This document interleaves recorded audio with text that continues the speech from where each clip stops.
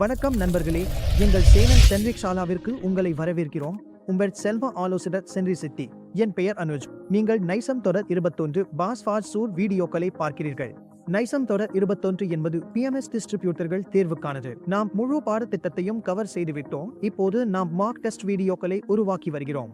இதுவரை 2 மார்க் டெஸ்ட்களை நாம் கவர் செய்துள்ளோம். மார்க் டெஸ்ட் 1 மற்றும் மார்க் டெஸ்ட் 2. இன்று நாம் மார்க் டெஸ்ட் 3 பற்றி பேச போகிறோம். இதில் நான் உங்களுக்கு 50 கேள்விகளை மேலும் விளக்கப் போகிறேன். ஆனால் நான் தொடரும் முன், இந்த கேள்விகள் தேர்வுகளில் மீண்டும் மீண்டும் கேட்கப்படுகின்றன, தொடர்ந்து வருகிறன என்று உங்களுக்கு தெரிவிக்க விரும்புகிறேன். ஆனால் இந்த கேள்விகள் தான் வரும் என்று நிச்சயமாக நினைக்கக்கூடாது. இந்த கேள்விகள் தேர்வில் வர வாய்ப்பு உள்ளது. மேலும் இது என் பணிவான வேண்டுகோள். உங்களுடைய பாடத்திட்டத்தை முழுமையாக படிக்க வேண்டும். நிசம் தொடர் 21 PMS விநியோகஸ்தர்கள் தேர்வுக்கான பாடத்திட்டத்தை முழுமையாக நன்றாக படியுங்கள். அதற்கு பிறகுதான் நீங்கள் கேள்விகளை முயற்சி செய்யவும் பின்னர் தேர்வுக்கு செல்லவும். இதில் பரிந்துரைக்கப்படுவதில்லை. நீங்கள் வெறும் கேள்விகள் அல்லது மார்க் டெஸ்ட் மட்டும் படித்து தேர்வுக்கு செல்ல வேண்டும் என்று நினைப்பது சரியல்ல, அல்லது இதே கேள்விகள் தான் வரும் என்று நினைப்பது முற்றிலும் தவறு. இவை சில கேள்விகள் பொதுவாக தேர்வில் வந்து கொண்டே இருக்கும். இந்த கேள்விகள் தேர்வில் வராமலும் இருக்கலாம். ஆனால் நாங்கள் நிசம் தொடர் 21 வின் முழு பாடத்திட்டத்தையும் 12 அத்தியாயங்களுக்கான வீடியோக்களையும் உருவாக்கியுள்ளோம். நீங்கள் பிளேலிஸ்ட் மூலம் அவற்றை அணுகலாம். அதற்கான இணைப்பு விளக்கத்தில் உள்ளது. அதை நீங்கள் பார்க்கலாம். நிச்சயமாக படியுங்கள். அதற்கு பிறகு இந்த மார்க் டெஸ்ட் வீடியோவை பாருங்கள். அப்படி என்றால் நாம் தொடங்கலாம். நிசம் தொடர் 21 வின் மார்க் டெஸ்ட் 3. கேள்வி எண் 1. ஒரு நபர் வயதான எனாலாய் ஆகஸ்டு தகுதி பெற கடந்த நிதியாண்டில் அவர் இந்தியாவுக்கு வெளியே எவ்வளவு நாட்கள் இருந்திருக்க வேண்டும்? 150, 182, 365 அல்லது 280? அப்படி என்றால் சரியான பதில் 182. வரிவிதிப்பு அத்தியாயத்தில் தெளிவாக கூறப்பட்டுள்ளது. எந்த நபரும் 182 நாட்கள் அல்லது அதற்கு மேல் இந்தியாவுக்கு வெளியே இருந்தால் மட்டுமே அவர் அல்லது அவள் வயதான NRI என கருதப்படுவார்கள். கேள்வி எண் 2. கீழ்காணும் எந்த ஒன்று முதலீட்டு நோக்கமாக கருதப்படுகிறது? தற்போதைய வருமானம், மூலதன பாதுகாப்பு, மூலதன மதிப்பீடு, மேலே உள்ள அனைத்தும். அப்படி என்றால் சரியான பதில் மேலே உள்ள அனைத்தும். ஏதாவது ஒரு முதலீட்டாளரின் முதலீட்டு நோக்கம் இந்த மூன்றில் ஏதேனும் ஒன்றாக இருக்கலாம். சில முதலீட்டாளர்கள் தங்கள் முதலீட்டிலிருந்து வருமானம் ஈட்ட வேண்டும் என்பதே அவர்களின் முதலீட்டு நோக்கமாக இருக்கலாம். சில முதலீட்டாளர்கள் தங்கள் மூலதனத்தை பாதுகாப்பதையே விரும்புகிறார்கள். சிலர் சிறிதளவு வருமானம் கிடைத்தால் போதும் என்று நினைக்கிறார்கள். மற்ற முதலீட்டாளர்கள் மூலதன மதிப்பு அதிகரிக்க வேண்டும் என்பதை விருப்பம். அதனால் பதில் மேலே உள்ள அனைத்தும். முதலீட்டாளரின் நோக்கங்கள் அபாயம், வருமானம் மற்றும் திரும்ப பெறும் வசதியுடன் தொடர்புபடுத்தி அடையாளம் காணப்படுகிறது. பின்னர் முதலீட்டாளர் கருது நோக்கத்தை பார்க்கிறார். மேலும் இந்த மூன்றும் அந்த வகையில் அடங்கும். கேள்வி எண் 3. முதலீட்டு செயல்முறையின் முதல் படி என்ன? நிதி அறிக்கை, பண தேவைகளுக்கான அறிக்கை, நோக்க அறிக்கை, முதலீட்டு கொள்கை அறிக்கை ஆகியவற்று எது? அதனால் சரியான பதில் முதலீட்டு கொள்கை அறிக்கை, இன்வெஸ்ட்மெண்ட் பாலிசி ஸ்டேட்மெண்ட் தான். புத்தகத்தில் குறிப்பிடப்பட்டுள்ளபடி முதலீட்டு செயல்முறையின் முதல் படி என்பதில் முதலீட்டு கொள்கை அறிக்கையை உருவாக்குவது ஆகும். ஒரு போர்ட்ஃபோலியோ மேலாண்மை சேவைகள் போர்ட்ஃபோலியோ மேனேஜ்மெண்ட் சர்வீசஸ் வழங்கும் போது, ஒரு PMS ஃபண்ட் மேனேஜர் துவங்கும் போது முதலில் முதலீட்டு கொள்கை அறிக்கை, இன்வெஸ்ட்மெண்ட் பாலிசி ஸ்டேட்மெண்ட் உருவாக்கப்பட வேண்டும். சரியா? அந்த முதலீட்டு கொள்கை அறிக்கை என்றால் என்ன? அது ஒரு ரோட்மேப் மாதிரி. அது முதலீட்டாளரின் அபாய சகிப்புத்தன்மையையும் முதலீட்டு நோக்கங்கள், இலக்குகள் மற்றும் முதலீட்டு கட்டுப்பாடுகளையும் வரையறுக்கிறது. முதலீட்டாளரின் அபாய சகிப்புத்தன்மையை அது விளக்குகிறது. முதலீட்டு நோக்கங்களை சொல்கிறது. அந்த திட்டத்தின் முதலீட்டு நோக்கம் என்ன, திட்டத்தின் இலக்குகள் என்ன, எங்கு முதலீடு செய்ய போகிறது என்பதையும், மேலும் எந்த முதலீட்டாளருக்கும் ஏதேனும் முதலீட்டு கட்டுப்பாடுகள் இருந்தால் அதையும் அது விளக்குகிறது. அதனால் IPS என்பது முதலீட்டு செயல்முறையில் ஒரு படியாகும். 4வது கேள்வி எதிரியின் துவக்கத்தை குறிக்கிறது. அதாவது SEBI போர்ட்ஃபோலியோ மேனேஜர்ஸ் விதிமுறைகளை வெளியிட்டது எப்போது? அப்படியானால் ஜனவரி 1999, ஜனவரி 2010, ஜனவரி 1993 மற்றும் ஜனவரி 2020. சரியான பதில் ஜனவரி 1993. பாருங்கள், புத்தகங்களில் தெளிவாக குறிப்பிடப்பட்டுள்ளது. ஜனவரி 1993 இல் SEBI இந்தியாவின் பங்கு சந்தை மற்றும் பரிவர்த்தனை வாரியத்தின் 1993 விதிமுறைகளுடன் போர்ட்ஃபோலியோ மேலாண்மை சேவையின் துவக்கம் குறிக்கப்பட்டது என்று. அதனால் இவை ரெகுலேட்டர் வெளியிட்ட முதல் சில விதிமுறைகளில் ஒன்றாகும் என்று நீங்கள் அறிந்திருக்க வேண்டும். அதனால் PMS என்பது மிகவும் பழைய விதிமுறைகளில் ஒன்றாகும். மேலும் இது 1993 ஆண்டு துவங்கப்பட்டது. கேள்வி எண் 5 மட்டும் வழங்கும் ஒன்றை தவிர ஒவ்வொரு போர்ட்ஃபோலியோ மேலாளரும் தன்னால் நிர்வகிக்கப்படும் மற்றும் நிர்வாகம் செய்யப்படும் பங்குகளுக்காக ஒரு கஸ்டோடியனை நியமிக்க வேண்டுமோ? ஆப்ஷன்ஸ், ஆலோசனை சேவைகள், நான் டிஸ்கிரிஷனரி சேவைகள், டிஸ்கிரிஷனரி சேவைகள் மற்றும் மேலே எதுவும் அல்ல. அப்படி என்றால் பதில் ஆலோசனை சேவைகள் தான் சரி. அதாவது ஆலோசனை சேவைகளை தவிர. அப்படி என்றால் PMSல் ஃபண்ட் மேனேஜ்மெண்ட் 3 வகையான சேவைகளை வழங்க முடியும்: டிஸ்கிரிஷனரி, நான் டிஸ்கிரிஷனரி மற்றும் ஆலோசனை. அதாவது ஆலோசனை சேவையை தவிர மீதமுள்ள 2 சேவைகளான டிஸ்கிரிஷனரி மற்றும் நான் டிஸ்கிரிஷனரியில் ஃபண்ட் மேனேஜர் ஒரு கஸ்டோடியனை நியமிப்பது கட்டாயம். கேள்வி எண் 6. கீழ்காணும் எந்த நிறுவனம் PMSல் முதலீடு செய்ய தகுதி இல்லாதது? நபர்கள் சங்கம், கூட்டாண்மை நிறுவனங்கள், சொத்து நிறுவனங்கள் மற்றும் மேற்கூறியவை எதுவும் இல்லை. பதில் மேலே குறிப்பிடப்பட்ட எதுவும் அல்ல தான் சரி. அதாவது இதில் உள்ள எல்லா நிறுவனங்களும் PMSல் முதலீடு செய்ய முடியும். நான் ஒரு முறை பட்டியலை காட்டுகிறேன் எந்தெந்த நிறுவனங்கள் முதலீடு செய்ய முடியும் என்று. தனிநபர்கள், ஆஜிலைகள், இந்து பிரிவினையற்ற குடும்பம், ப்ராப்ரைட்டரி ஃபர்ம்கள், அசோசியேஷன் ஆஃப் பெர்சன்ஸ், பார்ட்னர்ஷிப் ஃபர்ம்கள் மற்றும் லிமிடெட் லயபிலிட்டி ஃபர்ம்கள், ட்ரஸ்ட் மற்றும் இன்கார்பரேட்டட் நிறுவனங்கள். கேள்வி எண் 7. எதிர்காலத்தில் செலுத்த வேண்டிய தொகைக்கு தொடர்பாக ஒரு அசர்த்தண்டி இருந்தால் முதலீட்டாளர் பெயரளவு வருமான விகிதத்தை விட அதிகமான வருமானத்தை எதிர்பார்ப்பார்.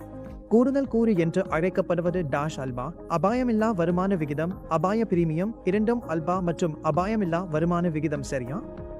அப்படி என்றால் சரியான பதில் அபாய பிரீமியம் தான். பாருங்கள், எதிர்கால செலுத்தும் தொகையில் அனிச்சயத்தன்மை இருக்கும்போது. சரியா?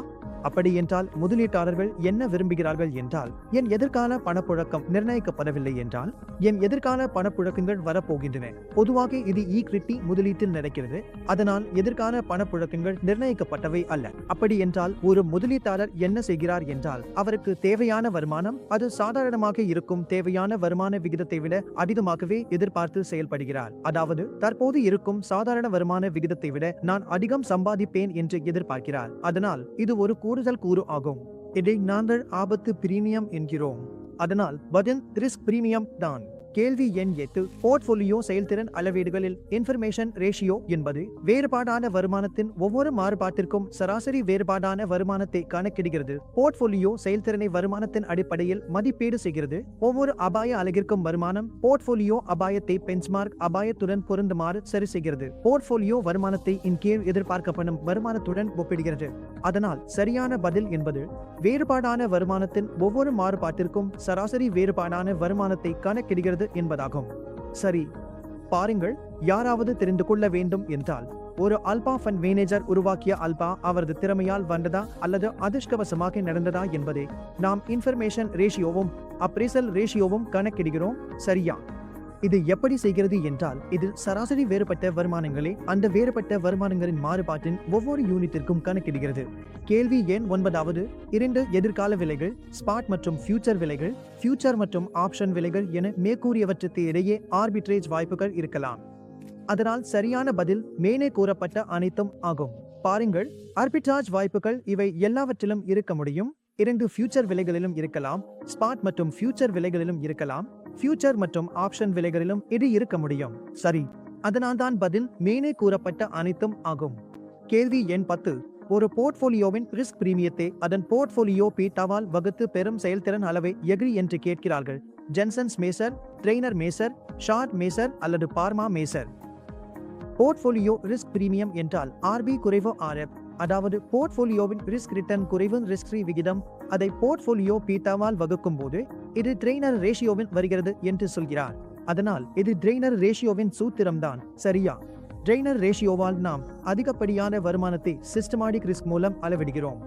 அதனால்தான் ஒரு போர்ட்ஃபோலியோவின் அதிகப்படியான வருமானத்தை அதன் பீட்டாவால் வகுத்து இதை கணக்கிடுகிறார்கள். சரி, அதனால்தான் இங்கே ட்ரெய்னர் மேஷர் தான் சரியான பதில். கேள்வி எண் 11.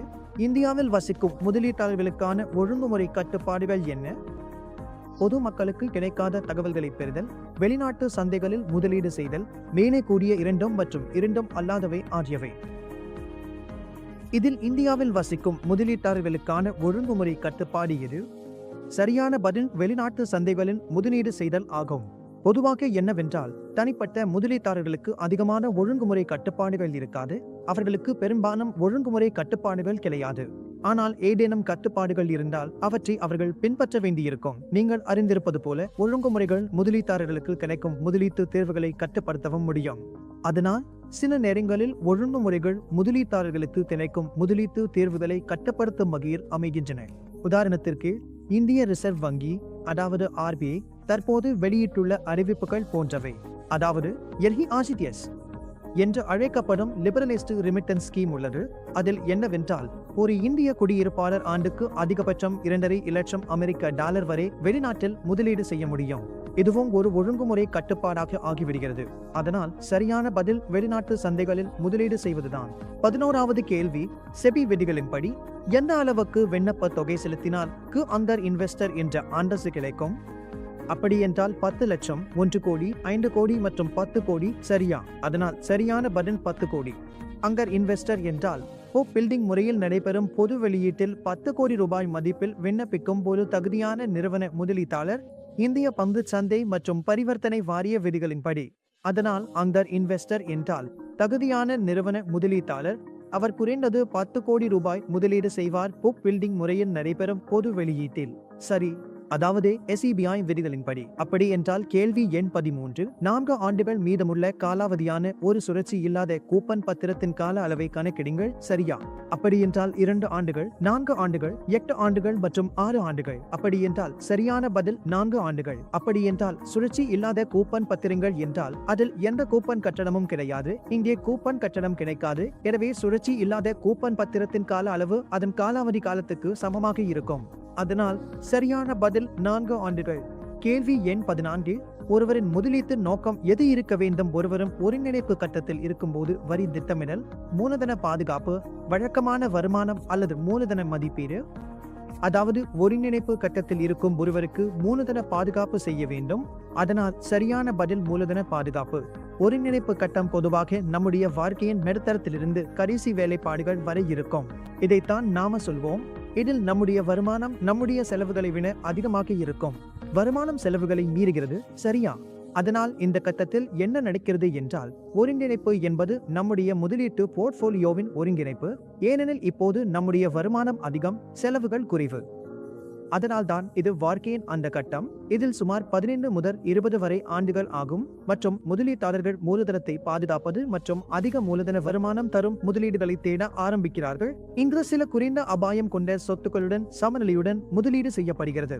அப்படி என்றால் கேள்வி எண் 15, என்ன செலவுகள் போர்ட்போலியோ மறுசீரமைப்பு முடிவுகளை பாதிக்கின்றன? வரிகள் மற்றும் பொது செலவுகள், விடாஸ், ஸ்பிரிட் மற்றும் வரிகள், பரிவர்த்தனை செலவுகள் மற்றும் வரிகள், இக்விட்டி ரிசர்ச் செலவுகள் மற்றும் பரிவர்த்தனை செலவுகள். அதனால் சரியான பதில் பரிவர்த்தனை செலவுகள் மற்றும் வரிகள். பாருங்க, போர்ட்போலியோ ரீபேலன்சிங்கில் என்ன நடக்குது என்றால், இது ஒரு எளிமையான ட்ரேட் ஆஃப் மாதிரி தான். ரைட்? எந்த போர்ட்போலியோ ரீபேலன்சிங்கும் செய்யணும்னா, எடுத்துக்கோங்க, இக்விட்டி மற்றும் டெட் கொண்ட ஒரு போர்ட்போலியோ இருக்குது. இக்விட்டி அதிகமா ஆகிடுச்சுன்னா அப்போ கொஞ்சம் இக்விட்டி விற்று அதை குறைக்கணும். இல்ல டெட் அதிகமா ஆகிடுச்சுன்னா டெட் விற்று நம்ம பழைய அசல் அலோகேஷனுக்கு திரும்பணும். எடுத்துக்காட்டுக்கு 50-50 என்ற மாதிரியில் எடுத்துக்கொள்கிறேன். இதுல இக்விட்டி 50, டெட் 50. இக்விட்டி அதிகமா ஆகிடுச்சுன்னா நம்ம இக்விட்டி வெற்றி அதை மீண்டும் 50% கொண்டு வரணும். அதே மாதிரி டெட் அதிகமா ஆகிடுச்சுன்னா டெட்டை வெற்றி அதை 50% கொண்டு வரணும். அந்த போர்ட்போலியோ ரீபேலன்சியை பராமரிக்க. இப்ப இதுல 2 விதமான செலவுகள் வரும், டிரான்சாக்ஷன் செலவு மற்றும் வரி செலவு. டிரான்சாக்ஷன் செலவு என்பது நம்ம இந்த வர்த்தகம் செய்யும் போது வரும் செலவு. அடுத்தது வரி செலவு, அதாவது நம்ம ஈக்விட்டி வெற்றுதற்கு வரி கட்டணமும் வரும். அதே போல டெட்டிலும் ஏதாவது வரி இருக்கும். அதனால்தான் நம்முடைய டிரான்சாக்ஷன் செலவும் வரிகளும் இந்த போர்ட்போலியோ ரீபேலன்சிங் முடிவுகளை பாதிக்கின்றன. கேள்வி எண் 16, ஒரு பாண்டை பொறுத்தவரை இண்டென்சர் என்றால் என்ன? இண்டென்சர் என்பது ஒரு சிறப்பு வகை உயர் மதிப்புள்ள பாண்ட். இண்டென்சர் என்பது பாண்டில் உள்ள இண்டெமிட்டி விதி ஆகும். இண்டென்சர் என்பது ஒரு சட்டப்பூர்வ ஒப்பந்தம். அது பாண்டின் அம்சங்களை விவரிக்கிறது. மேலும் இண்டென்சர் என்பது பாண்டில் உள்ள பொறுப்புகளை ரத்து செய்யும் செபியின் அதிகாரமாகும்.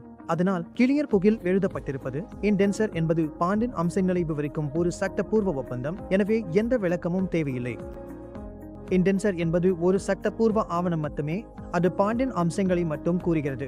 கேள்வி எண் 17, போர்ட்போலியோ மேலாளர்களால் வழங்கப்பட வேண்டிய செயல்திறன் அறிக்கையின் குறைந்தபட்ச அதிர்வெண் செபி விதிமுறைகளின்படி 5 மாதங்கள், 4 மாதங்கள், 3 மாதங்கள் மற்றும் 2 மாதங்கள். அதாவது போர்ட்போலியோ மேலாளர் விதிமுறைகளின்படி எப்படி செயல்திறன் அறிக்கை வழங்க வேண்டும் என்றால் அது 3 மாதங்கள் ஆகும். அதனால் சரியான பதில் 3 மாதங்கள் தான். கேள்வி எண் 18, வாடிக்கையாளரால் போர்ட்போலியோ மேலாளருக்கு செலுத்தப்படும் கட்டணத்தை தவறான கூற்றை அடையாளம் காணவும் போர்ட்போலியோ மேலாளர் வெளியீடு செய்த சேவைகளுக்காக வாடிக்கையாளர் கட்டணம் செலுத்த தேவையில்லை.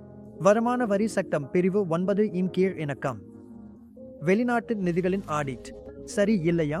அதனால் சரியான பதில் வெளிநாட்டு நிதிகளின் ஆடிட். கேள்வி எண் 35. உண்மையான கூற்றுகளை அடையாளம் காணவும். ஒரு திட்டத்தை மதிப்பீடு செய்யும் போது செலவு விகிதம் என்பது கடன் மியூச்சுவல் ஃபண்ட் திட்டத்திற்கு ஈக்விட்டி மியூச்சுவல் ஃபண்ட் திட்டத்தை விட முக்கியமானது. பி. குறுகிய கால கடன் மியூச்சுவல் ஃபண்டில் முதலீடு செய்யும் போது போர்ட்போலியோவின் கடன் தரத்தை சரி பார்க்க வேண்டும். ஏ மற்றும் பி மட்டும் இரண்டும் ஏ மற்றும் பி இரண்டும் இல்லை. எனவே இரண்டும் சரியான கூற்றுகள். பதில் இரண்டும் ஏ மற்றும் பி. நாம் ஒரு கடன் மியூச்சுவல் ஃபண்ட் திட்டத்தில் முதலீடு செய்யும் போது செலவு விகிதத்தின் முக்கியத்துவம் ஈக்விட்டி மியூச்சுவல் ஃபண்ட் திட்டத்தை விட அதிகமாகிறது. மேலும் குறுகிய கால கடன் கருவிகளில் முதலீடு செய்யும் போது நிச்சயமாக போர்ட்போலியோவின் கடன் தரத்தை பார்க்க வேண்டும். அதனால் சரியான பதில் இரண்டும் ஏ மற்றும் பி. கேள்வி எண் 36. ஒரு போர்ட்போலியோ மேலாளர் ஈக்விட்டி சந்தை அதிகமாக மதிப்பிடப்பட்டுள்ளது என்றும் விரைவில் சரி செய்யப்படும் என்றும் நம்புகிறார். அவர் என்ன நடவடிக்கை எடுக்க வேண்டும்? நீங்கள் காத்திருந்து பார்ப்பது என்ற உத்தியை பின்பற்ற வேண்டும். மீளமைப்பு முதலீட்டாளரின் மனநிலையை பொறுத்து செய்யப்பட வேண்டும். சந்தை சரி செய்யும் வரை ஈக்விட்டிக்கு அதிக எடை வழங்க வேண்டும். சந்தை சரி செய்யும் முன் ஈக்விட்டியில் எடையை குறைக்க வேண்டும். சரியான பதில் சந்தை சரி செய்யும் முன் ஈக்விட்டி எடையை குறைப்பது. பாருங்கள், போர்ட்போலியோ மேலாளர் பந்து சந்தை அதிகமாக மதிப்பிடப்பட்டுள்ளது அல்லது சரி செய்ய வாய்ப்பு உள்ளது என்று நம்பினால் சந்தை சரி செய்யும் முன்பே அவர் நிச்சயமாக ஈக்விட்டி எடையை குறைக்கலாம். கேள்வி எண் 37. மிஸ் கவிதா ஒரு PMS விநியோகஸ்தர். அவரது வாடிக்கையாளர் செயல்திறன் கணிப்புகள் எப்படி செய்யப்படுகின்றன என்பதை விளக்கமாக கேட்கிறார். அவர் என்ன செய்ய வேண்டும்? மிஸ் கவிதா வாடிக்கையாளர்களிடம் உண்மையான வாழ்க்கையில் இந்த கணிப்புகள் ஒருபோதும் நனவாகாது, எனவே அவற்றை புறக்கணிக்கலாம் என்று தெரிவிக்க வேண்டும். மிஸ் கவிதா இது ஒரு சிக்கலான பொருள் என்பதால் விளக்க முடியாது என்று தெரிவிக்க வேண்டும். மிஸ் கவிதா வாடிக்கையாளரை போர்ட்போலியோ மேலாளரிடம் பரிந்துரைக்க வேண்டும். மிஸ் கவிதா விளக்குவார் என்று எதிர்பார்க்கப்படுகிறது, மேலும் அதை விளக்க அனைத்து முயற்சிகளையும் எடுக்க வேண்டும். அதனால் சரியான பதில் மிஸ் கவிதா விளக்க வேண்டும் என்றும் அதை விளக்குவதற்காக அனைத்து முயற்சிகளையும் எடுக்க வேண்டும் என்பதே. மிஸ் கவிதா இதை விளக்க வேண்டும் மற்றும் செயல்திறன் கணிப்புகள் எவ்வாறு காட்டப்பட்டுள்ளன என்பதை விளக்குவதற்காக அனைத்து முயற்சிகளையும் மேற்கொள்ள வேண்டும். முதலீட்டில் கொள்கை அறிக்கையை பொறுத்தவரை உண்மையான கூற்றை அடையாளம் காணவும். முதலீட்டில் கொள்கை அறிக்கை என்பது முதலீட்டாளரின் தேவைகளுக்கு ஏற்ப காலந்தோறும் புதுப்பிக்க வேண்டிய ஒரு ஆவணமாகும். IPS என்பது போர்ட்போலியோ மேலாளர் முதலீட்டாளர்களை ஈர்க்கவும் வழிகாட்டவும் தயாரிக்கும் ஒரு ஆவணமாகும். முதலீட்டு கொள்கை அறிக்கை என்பது செபி வழங்கும் வெற்று படிவமாகும். அதை முதலீட்டாளர்கள் நிரப்ப வேண்டும். ஆம், மேலே கூறிய அனைத்தும். அதனால் உண்மையான கூற்று என்னவென்றால் முதலீட்டு கொள்கை அறிக்கை என்பது முதலீட்டாளரின் தேவைகளுக்கு ஏற்ப காலந்தோறும் புதுப்பிக்க வேண்டிய ஆவணமாகும். பாருங்கள், முதலீட்டு கொள்கை அறிக்கையை உருவாக்குவது முக்கியமான படியாகும். இது போர்ட்போலியோ மேலாண்மை செயல்முறையின் முதல் படியாக கருதப்படுகிறது. மற்றும் இந்த IBS முன்பே கூறியது போல் நமக்கு முதலீட்டு செயல்முறையை பற்றி சொல்லும் ஒரு வழிகாட்டி இல்லையா?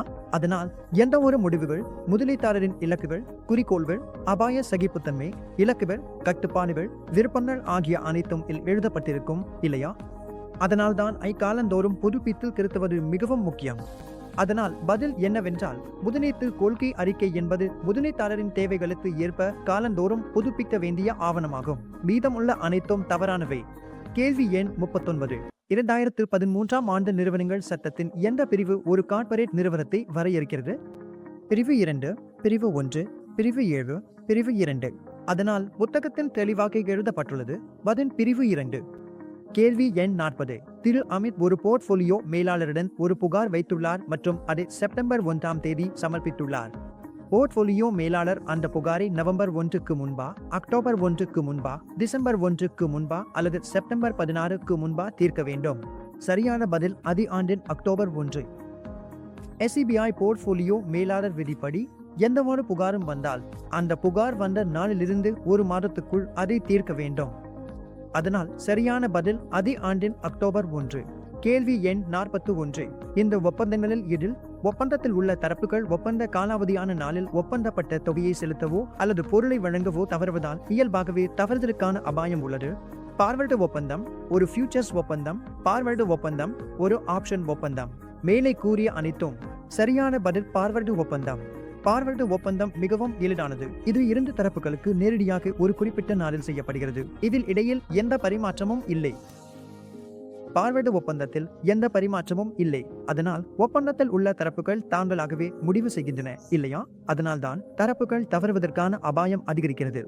அதனால் சரியான பதில் பார்வர்டு ஒப்பந்தம். கேள்வி எண் 42. ஈக்விட்டி சந்தைகளை குறித்து இம்பாக்ட் காஸ்ட் என்றால் என்ன? ஒரு குறிப்பிட்ட ஆர்டர் அளவு காரணமாக ஏற்படும் சதவீத விலை மாற்றம், திரவத்தன்மை அபாய அளவு, திரவம் குறைந்த மற்றும் அதிகமான பங்குகளில் உள்ள அபாயம், மேலே கூறிய அனைத்தும். அதனால் சரியான பதில் மேலே கூறிய அனைத்தும். இம்பாக்ட் காஸ்ட் என்பது ஈக்விட்டி சந்தைகளில் திரவம் குறைந்த பங்குகளில் உள்ள அபாயத்தில், திரவத்தன்மை அபாய அளவில், ஒரு குறிப்பிட்ட ஆர்டர் அளவு காரணமாக ஏற்படும் சதவீத விலை மாற்றத்தில் வருகிறது. சரியான பதில் மேலே கூறிய அனைத்தும். கேள்வி எண் 43. திரு சுந்தரின் முதலீட்டு நோக்கம் என்பது ஒரு நிலையான வருமானம் பெறுவதுதான். இந்த நோக்கத்துக்காக அவர் ஒரு PMS நிறுவனத்தை அணுகுகிறார். கொடுக்கப்பட்ட 4 விருப்பங்களில் போர்ட்போலியோ மேலாளரின் விருப்பமான தேர்வு எது? புதிய IPOக்கள், டிவிடெண்ட் வழங்கும் ஈக்விட்டி ஷேர்கள், ஜீரோ கூப்பன் பாண்டுகள் அல்லது சிறிய மற்றும் நடுத்தர அளவிலான ஈக்விட்டி ஷேர்கள். இங்கே ஒரு நிலையான வருமானம் தேவைப்படுகிறது. சரியான பதில் டிவிடெண்ட் வழங்கும் ஈக்விட்டி ஷேர்கள். ஏனெனில் திரு சுந்தரின் முதலீட்டு நோக்கம் நிலையான வருமானம் பெறுவதுதான். அதனால் டிவிடெண்ட் வழங்கும் ஈக்விட்டி ஷேர்களில் இருந்து நிலையான வருமானம் கிடைக்க முடியும். நிலையான வருமானம் டிவிடெண்ட் வழங்கும் ஈக்விட்டி ஷேர்கள், புதிய IPOக்கள், ஜீரோ கூப்பன் பாண்டுகளில் கிடையாது, ஏனெனில் அதில் கூப்பன் இல்லை. அதனால் நிலையான வருமானம் வராது. மற்றும் சிறிய மற்றும் நடுத்தர அளவிலான ஈக்விட்டி ஷேர்களிலும் பொதுவாக நடுத்தர மற்றும் சிறிய நிறுவனங்களில் டிவிடெண்ட் வழங்கும் வாய்ப்பு குறைவாகவே இருக்கும். ஆகவே காணிக்கை சம்பவம். அதனால் தான் இப்படி சொல்கிறேன். அதனால்தான் டிவிடெண்ட் வழங்கும் ஈக்விட்டி ஷேர்களில் முதலீடு செய்ய வேண்டும். கேள்வி எண் 44. பட்டியலிடப்படாத ஒரு நிறுவனம் தேர்ந்தெடுக்கப்பட்ட நபர்களின் குழுவில் இருந்து பத்திரிகைகளின் சந்தாவை வரவேற்கிறது. வெளியீட்டாளர் பொதுவான வெளியீட்டாளரும் அல்ல, உரிமை வெளியீட்டாளரும் அல்ல. இத்தகைய வெளியீடு தனியார் பிளேஸ்மெண்ட், தனியார் ஈக்விட்டி, முன்னுரிமை வெளியீடு அல்லது மாற்றக்கூடிய டிபெஞ்சர் வெளியீடு என்று அழைக்கப்படுகிறது. சரியான பதில் தனியார் பிளேஸ்மெண்ட். கேள்வி எண் 45. இந்தவற்றில் எது ஒரு நபர் பிட் அண்ட் ப்ராப்பர் என அறிவிப்பதற்கான தகுதியை தீர்மானிக்க செபி எடுத்துக்கொள்ளாதது? நடத்தை, நேர்மை, நிதி நிலைத்தன்மை, தண்டனை உத்தரவு, லாபம் தரும் பதவி வகித்தல். அதனால் சரியான பதில் லாபம் தரும் பதவி வகித்தல். இதில் எது எடுத்துக்கொள்ளப்படாது? லாபம் தரும் பதவி வகித்தல் அடிப்படையில் ஒருவரை பிட் அண்ட் ப்ராப்பர் என அறிவிக்க செபி எடுத்துக்கொள்ளாது. மீதமுள்ள 3 விஷயங்கள் எடுத்துக்கொள்ளப்படும். கேள்வி எண் 46. செபி விதிகளின்படி கட்டணங்கள் மற்றும் வசூலிக்கான விதிகளில் PNS திட்டத்திற்கு ஹை வாட்டர் மார்க் என்றால் என்ன? A. ஹை வாட்டர் மார்க் என்பது போர்ட்போலியோ கணக்கு எட்டியுள்ள மிக உயர்ந்த மதிப்பு. B. ஹை வாட்டர் மார்க் என்பது போர்ட்போலியோ மதிப்பின் வரம்பு. ஏனெனில் செயல்திறன் அடிப்படையிலான கட்டணங்களை போர்ட்போலியோ மேலாளர் வசூலிக்க முடியும். எனவே A மற்றும் B மற்றும் A மற்றும் B இரண்டும் E அல்லது B இரண்டுமே சரியானவை அல்ல. அதனால் சரியான பதில் இரண்டும் A மற்றும் B சரியானவை. ஹை வாட்டர் மார்க் என்பது போர்ட்போலியோவின் முன்பு வந்திருக்கும் மிக உயர்ந்த மதிப்பு. மேலும் ஹை வாட்டர் மார்க் ஒரு வகையில் அந்த போர்ட்போலியோ மதிப்புக்கான ஒரு வரம்பாகவும் அமைகிறது. அதற்கு மேல் போனால் போர்ட்போலியோ மேலாளர் செயல்திறன் அடிப்படையிலான கட்டணத்தை வசூலிக்க முடியும். எனவே சரியான பதில் இரண்டும் A மற்றும் B. கேள்வி எண் 47. நில்வாசி முதலீட்டாளர்களின் KYC-க்காக சேகரிக்க வேண்டிய கூடுதல் ஆவணங்களை அடையாளம் காணுங்கள். A. இழந்த சான்றிதழின் சான்றளிக்கப்பட்ட நகல், வெளிநாட்டு முகவரியின் சான்றளிக்கப்பட்ட நகல், பாஸ்போர்ட்டின் சான்றளிக்கப்பட்ட நகல். A மற்றும் B மட்டும். B மற்றும் C மட்டும். A மற்றும் C மட்டும். மற்றும் A, B, C அனைத்தும். சரியான பதில் B மற்றும் C மட்டும். இந்த கேஸில் பிறந்த சான்றிதழின் சான்றளிக்கப்பட்ட நகல் தேவையில்லை. மற்றவை வெளிநாட்டு முகவரி நகல் வேண்டும், பாஸ்போர்ட் நகல் வேண்டும், மேலும் அவர்களின் நிரந்தர முகவரி ஆதாரம் வேண்டும். சரியா? இவை எல்லாம் அவங்க கேஸ்ல கட்டாயம் தேவை. கேள்வி எண் 48. பழமையான பொருட்களில் முதலீடு செய்வது, நொதியமற்ற முதலீடு, மாற்று முதலீட்டு பத்திரங்கள், முதலீட்டின் ஒரு வடிவம் அல்லது உண்மையான முதலீடுகள் என்பவற்றில் எதற்கான உதாரணம்? அதனால் இவை மாற்று முதலீடுகள் என்று அழைக்கப்படுகிறது. மாற்று முதலீடுகள் என்றால் உங்கள் பொதுவான முதலீடுகள் அல்லாதவை, சாதாரணமாக முதலீடு செய்யும் அந்த வகையில் சேராதவை. அதனால்தான் இவை மாற்று முதலீடுகள் என்று அழைக்கப்படுகின்றன. அதனால்தான் பழமையான பொருட்கள் மற்றும் கலைப் பொருட்களில் முதலீடு செய்வது மாற்று முதலீடுகள் ஆகும். கேள்வி எண் 49. தவறான கூற்றை கண்டறியவும். பங்குகளில் வர்த்தகம் செய்வது மோசடி அல்லது கபடமானதாக கருதப்படும். அது பங்குகளில் வர்த்தகம் செய்யும் போது அதை நிறைவேற்றும் நோக்கம் இல்லாமல் இருப்பது, பங்குகளை உடைமையாகவோ அல்லது டிமார்ட் வடிவிலோ விற்பது அல்லது அடகு வைப்பது, ஒருவரை பங்குகளில் வர்த்தகம் செய்ய தூண்டி விலை கொன்ஸ்டினா உயர்த்தவோ குறைக்கவோ செய்வதில் மற்றும் ஒருவரை பங்குகள் வெளியீட்டில் சந்தாதாரராக சேர தூண்டுவது ஆகியவை அடங்கும். சரியான பதில் பங்குகளை உடைமையாகவோ அல்லது டிமார்ட் வடிவிலோ விற்பது அல்லது அடகு வைப்பது. கேள்வி எண் 50. துறையினை சார்ந்த அல்லது நிறுவனம் சார்ந்த காரணிகளால் ஏற்படும் அபாயங்களை எவ்வாறு குறிப்பிடுவது? Systematic risk, unsystematic risk, speculative risk அல்லது டோட்டல் ரிஸ்க். அதனால் சரியான பதில் அன்சிஸ்டமேட்டிக் ரிஸ்க். நிறுவனம் சார்ந்த அபாயங்கள். உங்கள் நிறுவனம் சார்ந்த அபாய காரணிகள் எல்லாம் அன்சிஸ்டமேட்டிக்கில் வரலாம். இதை டைவர்சிஃபை செய்ய முடியும். அதனால் சரியான பதில் அன்சிஸ்டமேட்டிக் ரிஸ்க். அப்படி என்றால் நண்பர்களே, இந்த வீடியோவில் இதுவரைதான். இந்த வீடியோவை பார்த்ததற்கு மிகவும் நன்றி. இந்த வீடியோ பிடித்திருந்தால் சேனலை சப்ஸ்கிரைப் செய்யவும் மற்றும் வீடியோவை பகிரவும். இது நம்முடைய mark test NSM CVs 21 PMS distributors in mark test 3 ஆகும். எனக்கு நம்பிக்கை இருக்கிறது நீங்கள் எல்லா கேள்விகளையும் நன்றாக பார்த்திருப்பீர்கள், படித்திருப்பீர்கள். இந்த கேள்விகளுடன் நீங்கள் எளிதாக தேர்வுக்கு உட்காரலாம், தேர்வு எழுதலாம். 3 மார்க் டெஸ்ட்கள் முடிந்துவிட்டன. 150 கேள்விகள் முழுமையாக முடிந்துவிட்டன. இப்போது மேலும் தயவு செய்து எங்கள் மற்ற வீடியோக்களையும் பாருங்கள். நன்றி மிகவும் இணைந்ததற்கு. நன்றி.